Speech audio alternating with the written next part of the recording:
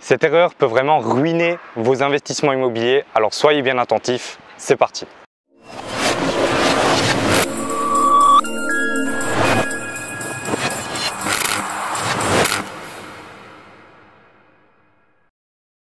Bonjour très chers investisseurs et futurs millionnaires, c'est Franck, toujours un plaisir de vous retrouver. Je suis le fondateur de Immomillion, une société où on accompagne les personnes motivées à atteindre leurs objectifs financiers et personnels grâce à l'immobilier. Aujourd'hui, je voudrais voir avec vous quelque chose dont on ne parle pas tellement souvent sur Internet et qui est vraiment important selon moi. Une erreur que beaucoup de gens commettent malheureusement parce que voilà, aujourd'hui sur Internet on voit plein de choses et on n'entend pas toujours les bonnes choses et pas les choses qu'on devrait entendre absolument. Avant de commencer, je vous invite à aller voir en dessous de la vidéo, vous avez un petit bouton s'abonner. Ça vous permettra de ne louper aucune de mes prochaines vidéos et pour ça, n'oubliez pas également la petite cloche pour recevoir une notification à chaque fois qu'une nouvelle vidéo sortira. Donc, quelle est cette fameuse erreur ultime que tellement de personnes commettent? En fait, sur Internet, le problème c'est que qu'est-ce qui est vraiment mis en avant dans un investissement immobilier? Qu'est-ce qui est super important pour un investissement immobilier? La rentabilité, le cash flow, enfin voilà, l'autofinancement maintenant c'est quelque chose qui est commun, on va dire, qu'on entend de plus en plus parler. Et puis alors c'est le cash flow, combien de cash flow tu génères, combien tu as de biens, combien ça te rapporte de cash flow, 200 €, 300 €, 1000 € parce que je fais de la location courte durée, 1500 € parce que c'est un très gros immeuble. Voilà. On parle cash flow, rentabilité, mais il n'y a pas que ça. En fait, il faut vraiment prendre en compte la valeur patrimoniale de votre bien.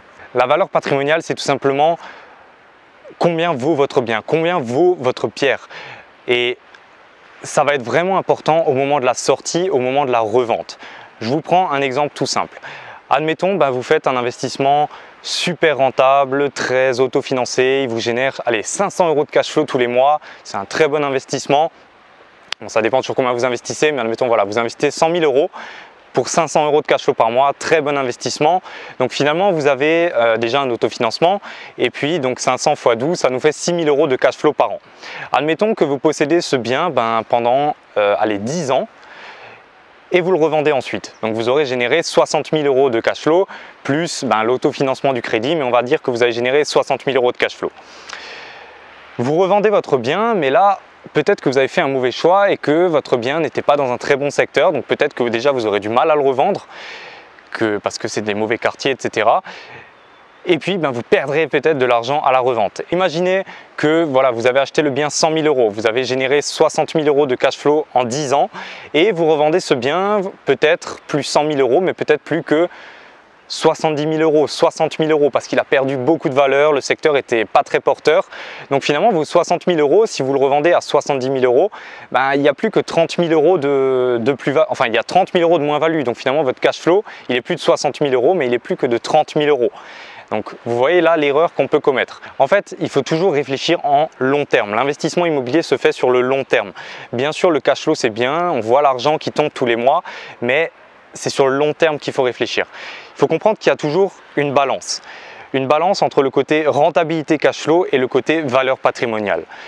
C'est un fait assez généraliste qui fait que, enfin c'est une règle, on va dire, quand une ville est vraiment rentable, qu'il y a beaucoup de cash flow dans une ville, donc je vais citer des villes très connues comme Saint-Étienne par exemple, qui est l'exemple type.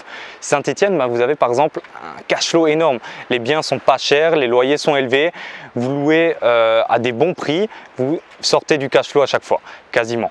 Donc voilà, vous avez un cash flow très élevé, mais le phénomène est que quand vous avez un cash flow très élevé dans une ville, automatiquement la valeur patrimoniale est très faible. Par exemple à Saint-Étienne, la valeur patrimoniale, souvent, enfin le marché de Saint-Étienne fait vraiment comme ça, il y a vraiment une baisse du marché. Donc vous achetez un bien aujourd'hui, vous le revendez 5 ans plus tard, il y a très forte chance que vous perdez de la valeur. Une autre ville, l'exemple typique c'est Paris. Paris, c'est très dur de faire du cash flow ou alors avec certaines techniques uniquement. Donc le côté rentabilité est très faible, mais par contre la valeur patrimoniale est énorme. En 2 ans de détention d'un bien sur Paris, vous avez très forte chance qu'ils prennent plusieurs centaines, plusieurs milliers d'euros de plus-value. Donc il faut bien comprendre cette balance et il faut penser long terme. Pensez à la sortie. Donc qu'est-ce que j'entends par la sortie? Très souvent la sortie ça va être la revente de votre bien. Typiquement, vous faites un investissement, vous faites des travaux comme je vous l'apprends, comme beaucoup d'autres vous l'apprennent. Donc vous avez une déduction fiscale, vous payez très souvent peu ou voire pas du tout d'impôts pendant plusieurs années. Mais qu'est-ce qui se passe au bout des 5, 6, 7, 8, 10 ans où vous n'avez pas payé d'impôts? Après ces années-là, vous allez commencer à en repayer. Donc qu'est-ce que vous allez faire? Soit il faut refaire des travaux pour ne plus repayer de travaux, et là on rentre un peu dans la course aux travaux et la course à la défiscalisation, ou soit vous revendez votre bien. Donc à un moment on est obligé de sortir, et donc pour pas se faire allumer à la sortie par la plus-value, par l'impôt sur la plus-value en plus, je vous conseille vraiment de penser long terme et de vraiment prendre en compte cette balance en fait pour se trouver au milieu ou alors plus ou moins haut de l'un ou l'autre côté en fonction de vos objectifs. Donc je ne voulais pas en refroidir certains, peut-être que vous êtes reconnu si vous avez déjà réalisé un type d'investissement comme ça. Voilà, c'est pas dramatique, bien sûr, vous pouvez perdre des milliers voire des dizaines de milliers d'euros, mais bon, c'est pas dramatique. L'important c'est déjà que vous soyez passé à l'action, mais en tout cas pour ceux qui ne sont pas encore passés à l'action, réfléchissez vraiment à ce point-là, pensez à cette balance. Donc pour ceux qui pensent maintenant que rentabilité, cash flow et valeur patrimoniale, c'est pas possible, c'est pas compatible, détrompez-vous.